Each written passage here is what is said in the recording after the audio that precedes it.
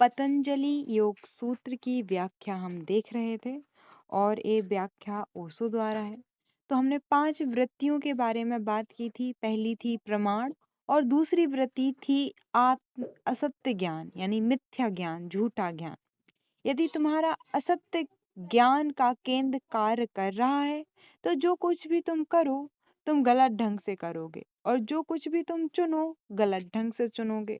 जो कुछ भी निर्णय तुम करोगे गलत होगा, क्योंकि वास्तव में तुम निर्णय कर ही नहीं रहे हो, वह गलत केंद्र कार्य कर रहा है। ऐसे लोग जो स्वयं को बहुत अभागा अनुभव करते हैं, क्योंकि जो कुछ भी करते हैं वह गलत हो जाता है। वे कोशिश करते हैं कि गलत नहीं करेंगे, लेकिन इससे मदद मिलने वाली नहीं है, क्योंकि केंद्र को बदलना होगा। उनके मन गलत ढंग से कार्य करते हैं। वे सोच सकते हैं कि वे अच्छे कर रहे हैं, लेकिन वह बुरा होगा। अपनी तमाम शुभ इच्छाओं के बावजूद वे इससे अन्यथा नहीं कर सकते। वे निस्सहाय हैं। मुल्ला नसरुद्दीन एक संत के पास जाया करता था। वह कई कई दिनों तक उसके पास जाता रहा। वह संत मौनी संत था। जब वह कुछ बोलता नहीं था तब मुल्ला नसरुद्दीन को कहना पड़ा, मैं आपके पास बार बार आता रहा, आपके कुछ कहने की प्रतीक्षा करता रहा, लेकिन आपने कुछ नहीं कहा, और जब तक आप बोलते नहीं मैं समझ नहीं सकता। इसलिए मेरी जिंदगी भर के लिए मुझे कोई संदेश दे दें, कोई दिशा, जिससे कि मैं उसी दिशा की ओर आगे बढ़ सकूं। उस सूफी फकीर ने कहा, नेकी कर और कुएं में डाल। सबसे पुरानी सूफी कहावतों में यह एक कहावत है, नेकी कर और कुएं में डाल। इसका मतलब है अच्छा काम करो फिर उसे फौरन भूल जाओ। इस बात को साथ ढोते हुए मत चलो कि तुमने अच्छाई की है। यदि तुम्हारा गलत केंद्र कार्य कर रहा है तो जो कुछ तुम करोगे वह गलत होगा। तुम कुरान पढ़ सकते हो, तुम गीता पढ़ सकते हो, और तुम ऐसे अर्थ ढूंढ निकालोगे कि कृष्ण चौंक जाएंगे, मोहम्मद चौंक जाएंगे, यह जानकर कि तुम ऐसे अर्थ भी खोज सकते हो। महात्मा गांधी ने अपनी आत्मकथा इस इरादे से लिखी कि उससे लोगों को मदद मिलेगी। तब बहुत से पत्र आ गए उनके पास, क्योंकि उस किताब में उन्होंने अपने यौन जीवन का वर्णन किया था। वे बहुत ईमानदार व्यक्ति थे, सर्वाधिक ईमानदार व्यक्तियों में से एक। इसलिए उन्होंने सब कुछ लिख दिया था। जो कुछ भी अतीत में घटित हुआ था उस सब के बारे में उन्होंने लिख दिया कि वह किस तरह ज्यादा काम आसक्त थे। जिस दिन उनके पिता की मृत्यु हो रही थी वे उनके पास बैठ तक ना सके। उस दिन भी उन्हें अपनी पत्नी साथ रहना पड़ा। डॉक्टर उनसे कह चुके थे कि वह अंतिम रात है, सुबह आपके पिताजी बच नहीं सकते, सुबह होने तक वे खत्म हो जाएंगे। लेकिन रात को कोई 12 या 1 बजे उन्हें इच्छा महसूस होने लगी, यौन इच्छा की। उनके पिताजी सो रहे थे तो वे वहां से खिसक आए, पत्नी के पास चले गए और काम वासना में लिप्त हो गए, और पत्नी गर्भवती हो गई। वह 9वां महीना था, पिता मर रहे थे और बच्चा भी पैदा होते ही उसी क्षण मर गए। पिता तो उसी रात चल बसे, और सारी जिंदगी भर गांधी गहन पश्चाताप करते रहे कि वह अपने पिता के मरते समय उनके पास ना थे। काम वासना इतना हावी हो गई थी। गांधी जी ने सब कुछ लिखा था और केवल दूसरों की मदद करने के लिए। वे ईमानदार थे, लेकिन उनके पास बहुत पत्र आने लगे, और वे पत्र ऐसे थे कि वे हैरान रह गए। बहुत से लोगों ने उन्हें लिखा कि आपकी आत्मकथा ऐसी है कि इसे पढ़ने भर से हम पहले से अधिक काम वासना से भर गए हैं। आपकी आत्मकथा पढ़कर हम ज्यादा कामुक हो गए हैं, भोगी हो गए हैं। वह काम उत्तेजक है। यदि गलत केंद्र कार्य कर रहा होता तब कुछ नहीं किया जा सकता। जो कुछ भी तुम करो या पढ़ो, कैसे भी तुम्हारा व्यवहार करो, वह गलत ही होगा। तुम गलत की ओर ही बढ़ोगे। तुम्हारे पास एक केंद्र है जो तुम्हें गलत की ओर बढ़ने के लिए धक्का दे रहा है। तुम बुद्ध के पास भी चले जाओ, लेकिन तुम उनसे कुछ गलत ही देखोगे। तत्काल ही तुम बुद्ध को अनुभव भी नहीं कर सकते। तुम तुरंत कुछ गलत देख ही लोगे। तुम्हारे पास केंद्रीकरण है गलत के लिए, एक गहरी लालसा है कहीं भी, हर कहीं गलत की खोज करने की। मन की इस वृत्ति को पतंजलि ने विपर्य कहते हैं। विपर्य का मतलब है विकृति। तुम हर चीज विकृत कर देते हो। तुम हर चीज के अर्थ इस तरह लगाते हो कि वह विकृति बन जाती है। उमर खयाब लिखता है, मैंने सुना है कि ईश्वर दयालु है। यह सुंदर भाव है। मुसलमान दोहराए चले जाते हैं, खुदा रहमान, करुणावान, हे रहीम, रहम रहीम, रहम कर। वे इसे लगातार दोहराए जाते हैं। इसलिए उमर खयाम कहता है, यदि यह वास्तव में दयालु है, यदि उसमें दया है, तो डरने की कोई जरूरत नहीं।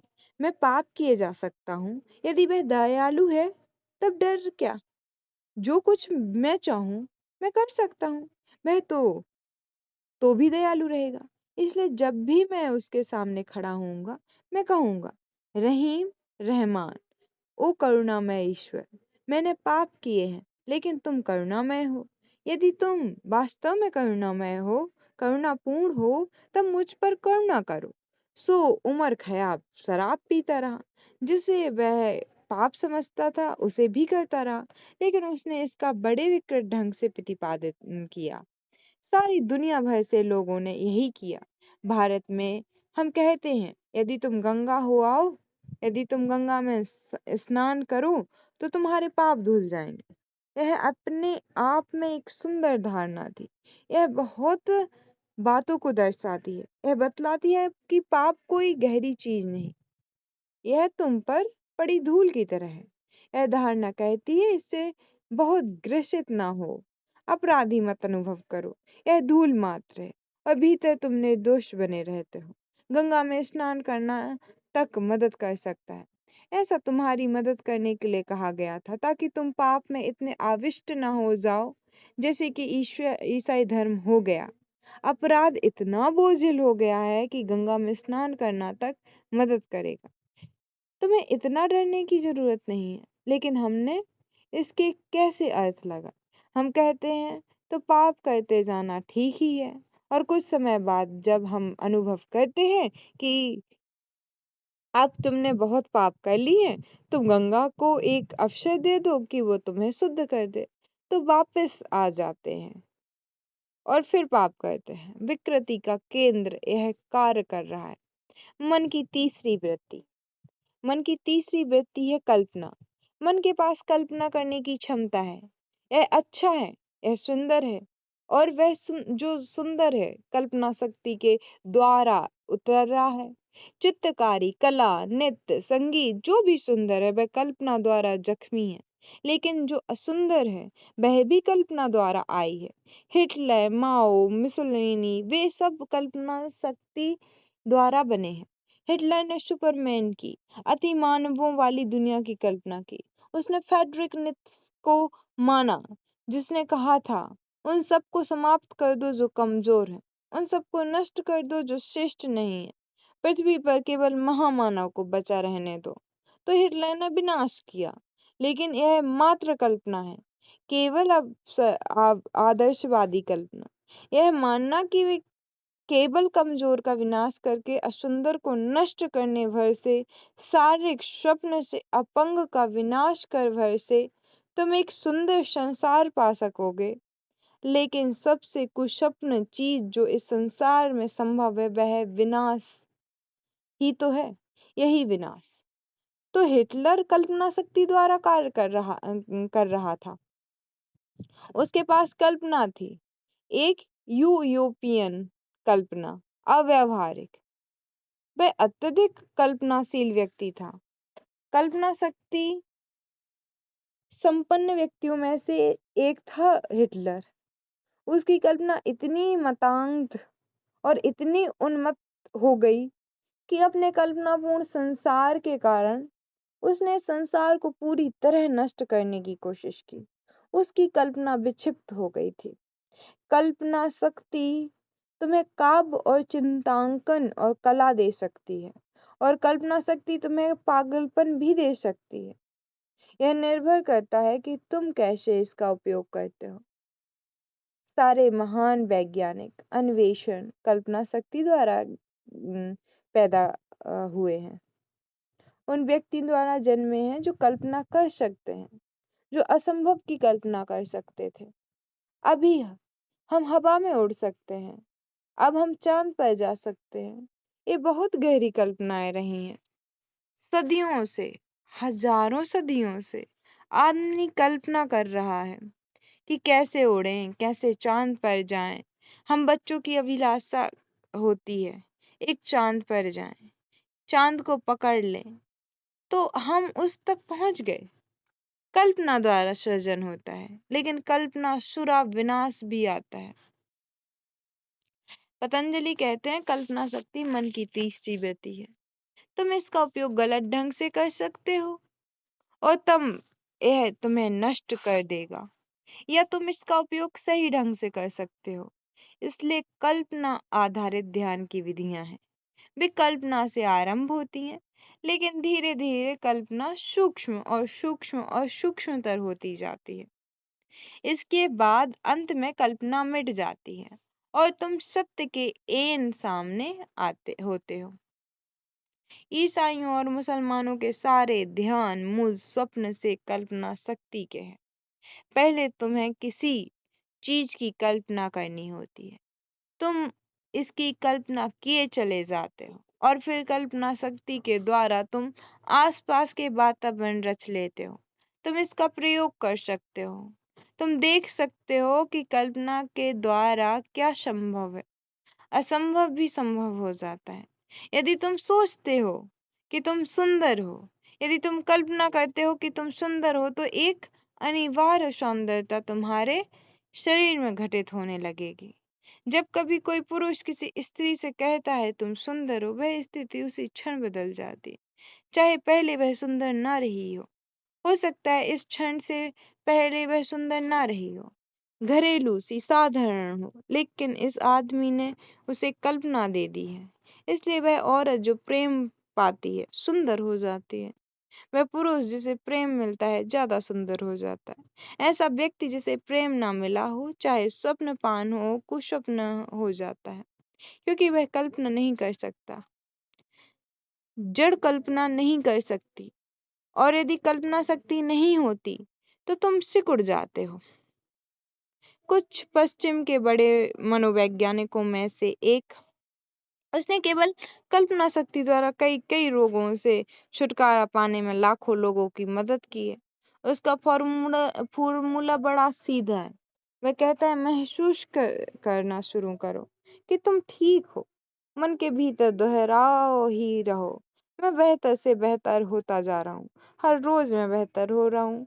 रात को जब तुम सो जाते हो तो सोचते जाना मैं स्वस्थ हूँ, मैं हर पल अधिक स्वस्थ होता जा रहा हूँ, और तुम सुबह होने तक दुनिया के सबसे अधिक स्वस्थ व्यक्ति हो जाओगे। तो बस इसी कल्पना किए जाओ, और उसने लाखों लोगों की मदद की। असाध्य रोग भी ठीक हो गए। यह चमत्कार ज्ञान जान पड़ता है, लेकिन ऐसा कुछ भी नहीं। यह सिर्फ एक बुनियादी नियम है। तुम्हारा मन तुम्हारी कल्पना शक्ति के पीछे चलता है। मनोवैज्ञानिक अब कहते हैं कि यदि तुम बच्चों को कहो कि वे मूढ़ हैं, मंद हैं, तो वे वैसे ही हो जाते हैं। यदि तुम उन्हें मंद होने के लिए धक्का देते हो, उनकी कल्पना शक्ति को उनके सुझाव दे देकर, और इसे सिद्ध करने के लिए कई प्रयोग किए गए हैं। यदि तुम एक बच्चे से कहते हो तू मंद बुद्धि है, तू कुछ नहीं कर सकता, तू इस गणित को, इस प्रश्न को हल नहीं कर सकता, और फिर तुम उसे प्रश्न दो और इसे करने के लिए उससे कहो, तो वह इसे हल नहीं कर पाएगा। तुमने द्वार बंद कर दिए हैं। लेकिन यदि तुम बच्चे से कहो तुम बहुत बुद्धिमान हो, तुम जैसा बुद्धिमान कोई दूसरा लड़का नहीं है, अपनी उम्र के लिहाज से तुम बहुत ज्यादा बुद्धिमान हो, तुम में बहुत संभावनाएं दिखती हैं, तुम कोई भी प्रश्न हल कर सकते हो, और फिर तुम उसे प्रश्न हल करने के लिए कहो, वह उसे हल कर पाएगा। तुमने उसे कल्पना दे दी है। अब तो वैज्ञानिक अन्वेषण हुए हैं और उनके प्रमाण हैं कि जो भी बात कल्पना में उतर जाती है वह बीज बन जाती है। कई पीढ़ियों को, कई सदियों को, कई राष्ट्रों को बदल डाला गया है कल्पना शक्ति का प्रयोग करके। तुम भारत में पंजाब में जाकर देख सकते हो। एक बार मैं दिल्ली से मनाली तक की यात्रा कर रहा था। मेरा ड्राइवर एक सिख था, एक सरदार था।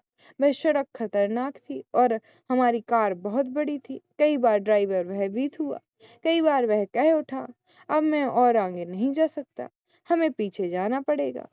हमने हर तरह से उसे राजी करने की कोशिश की। एक जगह तो वह इतना डर गया कि उसने कार रोक दी और वह बाहर निकल गया और आया और कहने लगा, नहीं, अब मैं यहाँ से आगे नहीं बढ़ा सकता। वह कहने लगा, यह खतरनाक है। हो सकता है कि आपके लिए खतरनाक ना हो, आप मरने के लिए तैयार हो सकते हैं, लेकिन मैं नहीं हूँ। मैंने वापस जाने की ठान ली है। संयोग बस मेरा मित्र जो सरदार ही था और जो एक बड़े पुलिस अफसर थे, वह भी उसी सड़क पर साथ ही आ रहे थे। मनाली में ध्यान शिविर में भाग लेने के लिए वह मेरे पीछे ही आ रहा था। उसकी कार उसी जगह आ पहुंची जहां हम रुक गए थे। सो मैंने उससे कहा, कुछ करो। यह आदमी तो कार से उतर पड़ा है। पुलिस अफसर उस आदमी के पास आया और बोला, तुम एक सरदार हो, एक सिख हो और ऐसे डरपोक, चलो कार में जाओ। वह आदमी फौरन कार में आ बैठा, कार चला दी। तो मैंने उससे पूछा, क्या हुआ?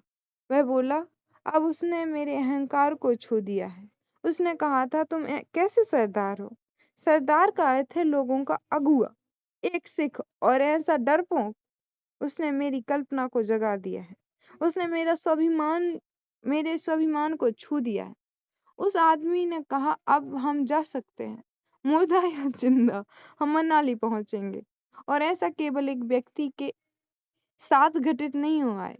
यदि तुम पंजाब जाओ तो तुम देखोगे कि ऐसा लाखों के साथ घटित हुआ है।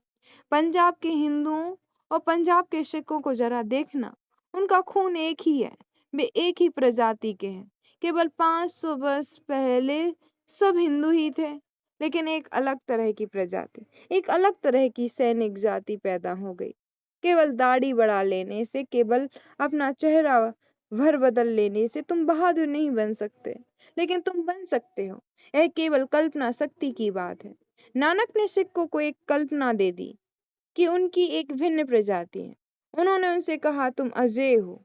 और एक बार उन्होंने इस पर विश्वास कर लिया, एक बार पंजाब में कल्पना शक्ति कार्य करने लगी, तो 500 वर्षों के भीतर पंजाबी हिंदुओं से बिल्कुल भिन्न एक नई प्रजाति अस्तित्व में आई। भारत में उनसे ज्यादा बहादुर कोई नहीं है। इन 2 विश्व युद्धों से प्रमाणित हो गया कि सारी पृथ्वी पर सिक्कों की कोई तुलना नहीं। वे निर्डरता से लड़ सकते हैं। क्या घटित हो गया? इतना ही हुआ कि उनकी कल्पना शक्ति ने उनके आसपास एक वातावरण निर्मित कर दिया। वे अनुभव करते हैं कि वे केवल सिख को हो जाने से ही भिन्न हो जाते हैं। कल्पना काम करती है। यह तुम्हें बहादुर आदमी बना सकती है, यह तुम्हें डरपोक आदमी बना सकती है। मैंने सुना है मुल्ला नसरुद्दीन एक शराब खाने में बैठा शराब पी रहा था। वह बहादुर आदमी नहीं था, वह सबसे बड़े डरपोकों में से एक था, लेकिन शराब ने उसे हिम्मत दे दी। अभी तक तभी तक एक उद्यमी आदमी, एक भीमकाय आदमी शराब खाने में दाखिल हुआ। वह क्रूर आकृति का था, खतरनाक दिखता था, वह खूनी जैसा लगता था। किसी और वक्त मुल्ला होश में होता तब वह डर गया होता, लेकिन अब वह नशे में है, इसलिए वह बिल्कुल भयभीत नहीं था। वह क्रूर आकृति वाला आदमी मुल्ला के पास आ गया और यह देखकर कि वह बिल्कुल डरा हुआ नहीं है, वह मुल्ला के पैरों को जा दबाया। मुल्ला गुस्से में आ गया, उग्र हो गया और बोला, क्या कर रहे हो तुम? क्या तुम ऐसा इरादतन कर रहे हो या सिर्फ एक तरह का मजाक है? वह आदमी बोला, ऐसा प्रयोजन से किया है। मुल्ला नसरुद्दीन ने बोला, तो धन्यवाद। यदि यह प्रयोजन से किया है तो ठीक है, क्योंकि मुझे इस तरह का मजाक पसंद नहीं है। पतंजलि कहते हैं कि कल्पना तीसरी मानसिक शक्ति है। तुम कल्पना किए चले जाते हो तो तुम अपने आसपास विभ्रम बना लेते हो। भ्रम सपने भ्रम सपने और तुम उनमें गुम हो सकते हो। LSD और दूसरे नशे इस केंद्र पर कार्य करने में मदद करते हैं। इस प्रकार की जितनी आंतरिक क्षमताएं तुम्हारे भीतर होती हैं, तुम्हारा स्वप्न SD ड्रिप उन्हें बढ़ाने में मदद करेगा। LSD के विषय में कुछ भी निश्चित नहीं है। यदि तुम सुखद कल्पनाएं हैं तो नशे की यात्रा एक प्रसन्नता वाली यात्रा होगी, ऊंची उड़ान। यदि तुम्हारी कल्पनाएं दुखद होती हैं, भयानक स्वप्न जैसी कल्पनाएं, तो वह यात्रा बुरी होने वाली है। इसलिए बहुत से लोग LSD के बारे में परस्पर विरोधी विवरण देते हैं। हेक्सेल का कहना है कि वह स्वर्ग के द्वार की चाबी बन सकती है और रेनर का कहना है कि चरम नरक है। यह तुम पर निर्भर करता है कि LSD कुछ नहीं कर सकती।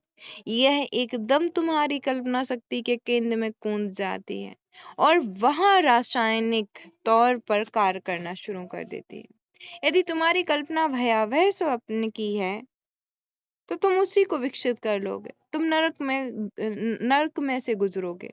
और यदि तुम सुंदर सपनों के प्रति आसक्त हो, तुम स्वर्ग तक पहुंच सकते हो। यह कल्पना या तो नर्क या स्वर्ग जैसा कार्य कर सकती है। तुम पूरी तरह पागल हो जाने में इसका प्रयोग कर सकते हो। पागल खानों में जो पागल आदमी है उनके साथ क्या हुआ है? उन्होंने अपनी कल्पना शक्ति का प्रयोग किया है, लेकिन उन्होंने इसका प्रयोग इस ढंग से किया है कि वे इससे आश्रित हो गए हैं।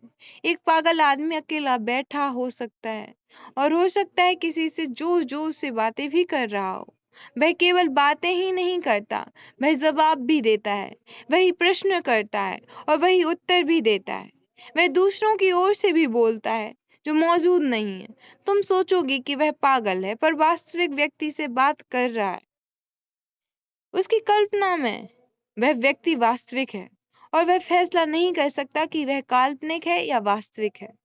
बच्चे भी फैसले नहीं कर सकते। कई बार होता है कि एक बच्चा सपने में खिलौना खो देगा और फिर वह सुबह रोएगा कि मेरा खिलौना खो गया। बच्चे नहीं जान सकते कि सपने सपने हैं और वास्तविकता वास्तविकता है। उन्होंने कुछ खोया नहीं है, वे केवल सपने देख रहे हैं। लेकिन सीमाएं धुंधली हो गई। वे नहीं जानते कि कहाँ सपना समाप्त होता है और कहाँ वास्तविकता प्रारंभ होती है। एक पागल आदमी के लिए भी सीमाएं धुंधली हो गई हैं। वह नहीं जानता कि क्या वास्तविक है और क्या अवास्तविक है। यदि कल्पना शक्ति का ठीक प्रकार से प्रयोग किया जाए तो तुम जान लोगे कि कल्पना क्या है और सचेत रहोगे कि कल्पना ही है। तुम उसमें मजा ले सकते हो, लेकिन तुम जानते हो कि यह वास्तविक नहीं है। जब लोग ध्यान करते हैं तो बहुत सी बातें जटिल होती हैं। उनकी कल्पना द्वारा उन्हें रोशनियां, रंग, दृश्य दिखने लग जाते हैं। वे स्वयं भगवान से बातें करने लगते हैं, या जीसस के साथ चलने लगते हैं, या कृष्ण के साथ नाचने लगते हैं। ये काल्पनिक चीजें हैं और ध्यानी को याद रखना पड़ता है कि ये कल्पना शक्ति की क्रियाएं हैं। तुम उनका मजा ले सकते हो, इसमें कुछ गलत नहीं है, लेकिन मत सोचना कि ये वास्तविक है। ध्यान रहे, केवल साक्षी चेतन ही वास्तविक है, कुछ भी वास्तविक नहीं है। जो कुछ घटित होता है सुंदर हो सकता है, मजा लेने जैसा हो सकता है। मजा लो, कृष्ण के साथ नाचना बहुत सुंदर है, इसमें कुछ गलत नहीं है। नाचो, उत्सव मनाओ, लेकिन ध्यान रहे निरंतर कि यह केवल एक कल्पना है, एक सुंदर सपना है। इसमें खो मत जाना।